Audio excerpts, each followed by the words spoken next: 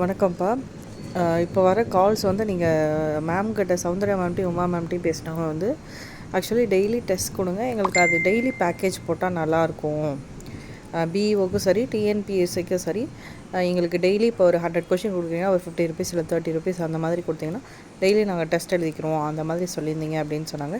Total package ஏற்கனவே சொல்லிட்டோம்ப்பா. Daily question attend பண்ணுறவங்களுக்கு இது பேக்கேஜ். சரிங்களா? யாரெல்லாம் வில்லிங்காக இருக்கீங்களோ நீங்கள் ஜாயின் பண்ணிக்கலாம். டெய்லியுமே டெஸ்ட் போகும்.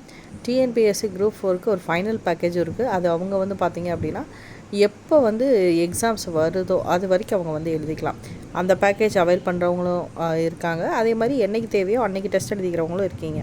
ஃபுல் போர்ஷன் டெஸ்ட் எழுதுகிறவங்களுக்கு தனியாக இருக்கும். சரிங்களா? ஸோ யாரெல்லாம் வில்லிங்காக இருக்கீங்களோ நீங்கள் இந்த நம்பருக்கு காண்டாக்ட் பண்ணிங்க அப்படின்னா உமா மேம் அல்லது சௌந்தர்யா மேம் உங்களுக்கு காண்டாக்ட் பண்ணுவாங்க. அவங்க தான் உங்களுக்கு டிஎன்பிசி பிஓ கொஷின் செட்டிங் எல்லாமே அவங்க பார்த்துக்குவாங்க. சரிங்களா? Thank you so much.